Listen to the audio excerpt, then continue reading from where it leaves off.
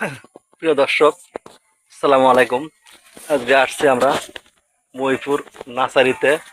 এটা হচ্ছে নার্সারি, দেখেন নার্সারি। আমরা এখানে আমি আসছি হলো গাল আপনি টপ লেয়ার, এই টপ যে চারা দেওয়া হয় এই গাছগুলা, সেই চারার টপ আমি নিয়ে আসছি।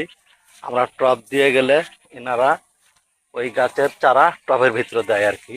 এটা হচ্ছে কলম গাছ, আমের গাছ আছে, লিচু গাছ আছে, হরেক রকমের একটা নার্সারি। মনে করেন যত রকমের গাছ থাকলে যা নার্সারির সৌন্দর্য, এবং সেই সৌন্দর্যের জন্য এটা বিখ্যাত একটা নার্সারি। এরা বিভিন্ন জায়গাতে মাল দেয়। আপনাদেরকে আজকে সব কিছু ঘুরে ঘুরে দেখানো হবে।